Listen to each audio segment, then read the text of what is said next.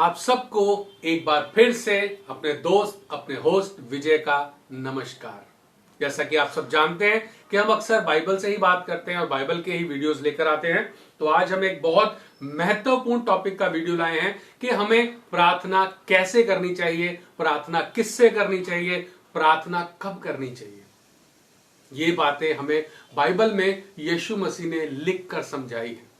हम लोगों की तरह बक बक बक बक बक बक करके प्रार्थना ना करें, क्योंकि लोग समझते हैं कि हम बहुत बोलेंगे तो उनकी प्रार्थनाएं सुनी जाएंगी। ऐसा नहीं है। अगर पवित्र आत्मा में भरकर जरा सी भी अगर आपने प्रार्थना की इस प्रार्थना के जैसे, तो वो प्रार्थना आपकी अवश्य सुनी जाएगी। तो आज ध्यान दीजिए कि हम वो प्रार्थना करने जा रहे हैं जो यीशु मसीह ने हमें सिखाई, जिस प्रार्थना से परमेश्वर प्रसन्न होता है।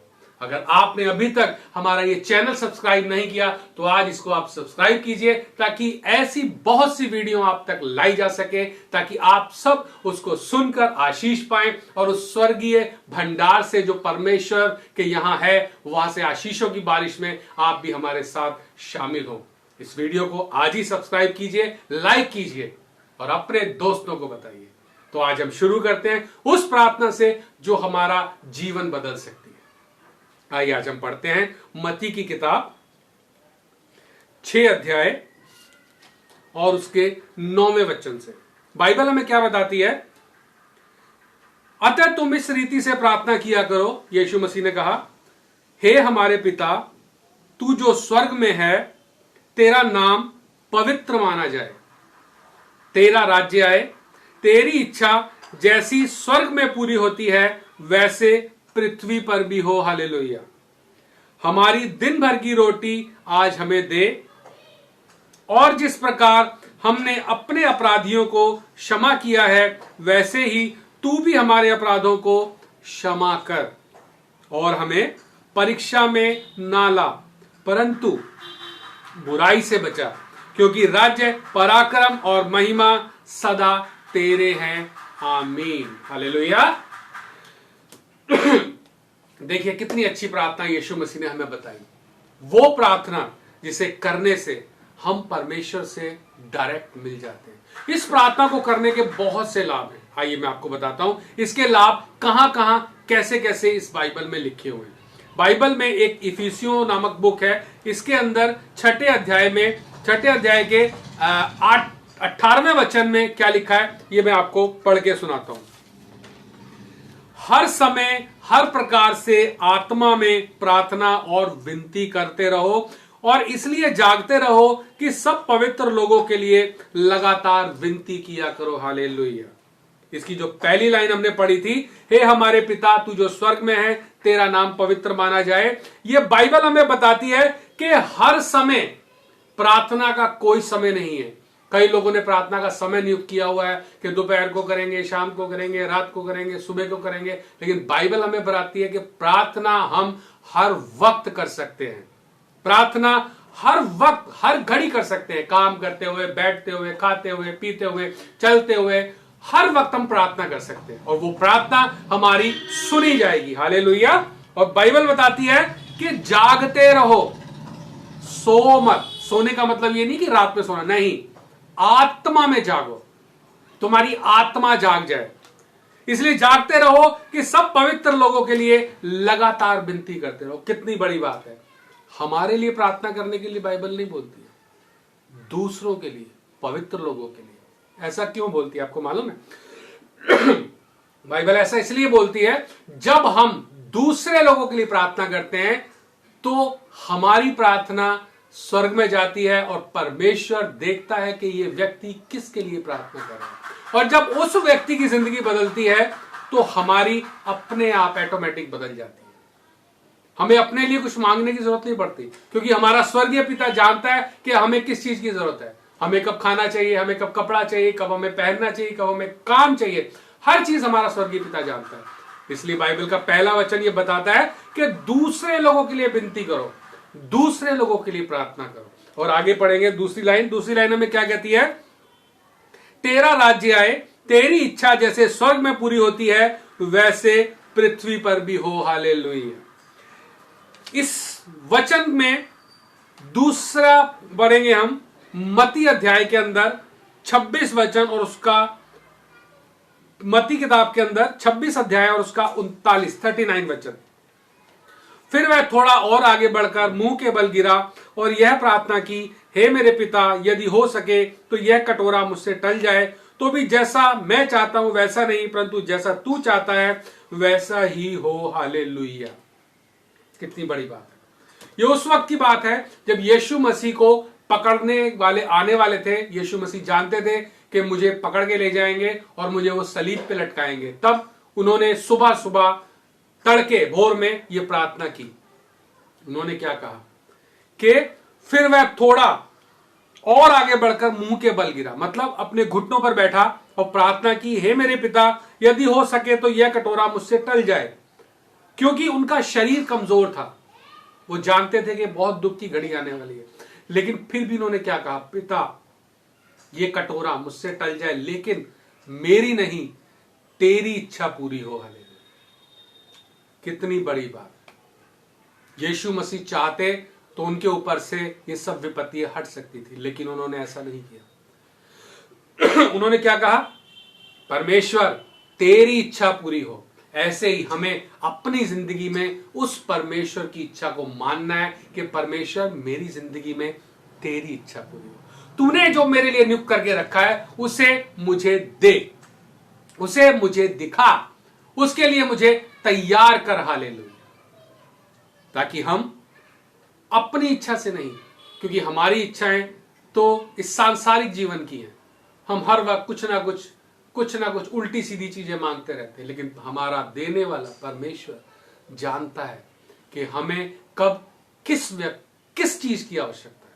इसलिए ये बात हमें क्या बताती है कि हमेशा हम प्रार्थना करें तो ये बोले कि परमेश्वर तेरी इच्छा पूरी हो। आगे हम पढ़ते हैं, हमारे दिन भर की रोटी आज हमें दो। हालेलुया। कितनी बड़ी बात है। हर व्यक्ति को क्या चाहिए, सुबह खाना, दोपहर को खाना, रात को खाना, ताकि उसका शरीर तंदुरुस्त रहे। और वो खाना कहां से आता है, जब हम काम करते हैं, जब हमारे पास पैसा आता है। तो ये लाइन हमें बताती है कि परमेश्वर हमारे दिन भर की रोटी आज हमें दे, मतलब हमारे काम में बरकत दे, हमारे हर घर की चीज में बरकत दे, हमारी इलेक्ट्रॉनिक आइटमों को तू ठीक रख, हमारी गाड़ी को ठीक रख, हमारी कार को ठीक रख, हमारी बाइक को ठीक रख। तो परमेश्वर ये हमारी सुनता है। इसी के ऊपर भजन संहिता में क्या लिखा हुआ है, सॉरी नीति वचन में, मैं आपको पढ़ के सुनाता हूं। नीति वचन का 30 अध्याय उसका 8 और 9 वचन। अर्थात व्यर्थ और झूठी बात मुझसे दूर कर, मुझे ना तो निर्धन और ना धनी बना, क्योंकि मुझे प्रतिदिन रोटी खिलाया कर। ऐसा ना हो कि जब मेरा पेट भर जाए तो मैं इनकार करूं कि यहोवा कौन है, या अपना भाग खोकर चोरी करूं और अपने परमेश्वर का नाम अनुचित रीति से लूं। हालेलुया। नीति वचन में परमेश्वर ने क्या लिखा है, भजनकार लिखता है कि मुझे हर रोज इतना दिया कर कि मैं ना चोरी करूं, ना तेरे नाम को इनकार करूं, मैं आराम से अपना जीवन व्यतीत करूं। मेरे घर में, मेरे कारोबार में, मेरे काम में किसी चीज की घटी ना हो, कोई भी चीज खराब ना हो, हर चीज तेरी आशीष के द्वारा आशीषित हो। आगे हम देखेंगे क्या लिखा है, और जिस प्रकार हमने अपने अपराधियों को क्षमा किया है, वैसे ही तू भी हमारे अपराधों को क्षमा कर। सबसे बड़ी बात बाइबल में भजन संहिता 32 अध्याय और उसका पहला वचन क्या कहता है, क्या ही धन्य है वह जिसका अपराध क्षमा किया गया और जिसका पाप ढांपा गया हो। हालेलुया। कितनी बड़ी बात। हमें हर रोज अपने पापों का परमेश्वर के सामने अंगीकार करना है, डेली। क्योंकि जब हम सुबह उठते हैं, नाश्ता वगैरह ब्रेकफास्ट करते हैं, अपने काम पर निकलते हैं, दोपहर को अपने काम में जाते हैं, कोई दुकान में जाता है, कोई फैक्ट्री में जाता है, कोई मिल में काम करने जाता है, कोई शोरूम में काम करने जाता है, तो हम सुबह से शाम तक कोई ना कोई ऐसा शब्द ऐसा झूठ जरूर बोलते हैं जो हमें परमेश्वर से दूर कर देता है। तो इस बात में हमें समझाया गया है कि परमेश्वर, क्या समझाया गया कि धन्य, क्या ही धन्य है वह जिसका अपराध क्षमा किया गया और जिसका पाप ढांपा गया। बाइबल बताती है कि जिसका पाप परमेश्वर ने क्षमा कर दिया, जिसका अपराध परमेश्वर ने ढांप दिया, उसके सारे रास्ते खुल गए। हालेलुया। उसके जीवन के बंद दरवाजे पूरी तरह से खुल गए। हालेलुया। आगे सुनिए, आगे क्या कहती है बाइबल हमें। और हमें परीक्षा में ना ला, परंतु बुराई से बचा, क्योंकि राज्य और पराक्रम और महिमा सदा तेरे ही हैं। आमीन। हालेलुया। इसी प्रकार मत्ती अध्याय 18 और उसका 35वां वचन हमें क्या बोलता है। इसी प्रकार यदि तुम में से हर एक अपने भाई को मन से क्षमा ना करेगा, तो मेरा पिता जो स्वर्ग में है तुमसे भी वैसा ही करेगा। लास्ट लाइन हमें क्या बताती है। हमें परीक्षा में ना ला, परंतु बुराई से बचा, क्योंकि राज्य, पराक्रम और महिमा सदा तेरे हैं। हालेलुया।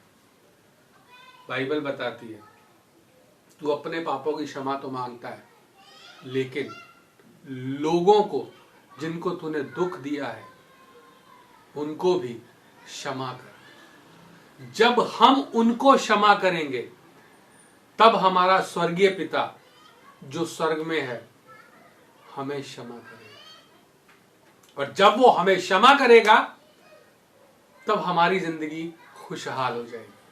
हमारा कोई भी पाप नहीं रहेगा, हम पापों से हट जाएंगे, एक अच्छी जिंदगी जिएंगे।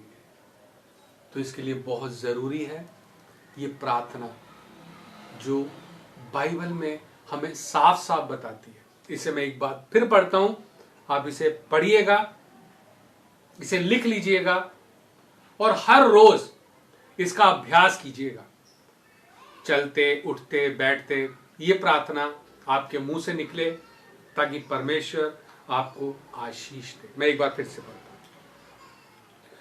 हूं। हे हमारे पिता, तू जो स्वर्ग में है, तेरा नाम पवित्र माना जाए, तेरा राज्य आए, तेरी इच्छा जैसे स्वर्ग में पूरी होती है वैसे ही पृथ्वी पर भी हो। हमारे दिन भर की रोटी आज हमें दो, जिस प्रकार हमने अपने अपराधियों को क्षमा किया है वैसे ही तू भी हमारे अपराधों को क्षमा कर, और हमें परीक्षा में ना डाल, परंतु बुराई से बचा, क्योंकि राज्य, पराक्रम और महिमा सदा तेरे हैं। आमीन। हालेलुया। आज आपने देखा कि हमें ज्यादा बक बक करने की जरूरत नहीं है। हमें हर वक्त कुछ भी बोलने की जरूरत नहीं है। सिर्फ आप इस प्रार्थना को याद कीजिए और अपने मन में इसे दोहराते रहिए।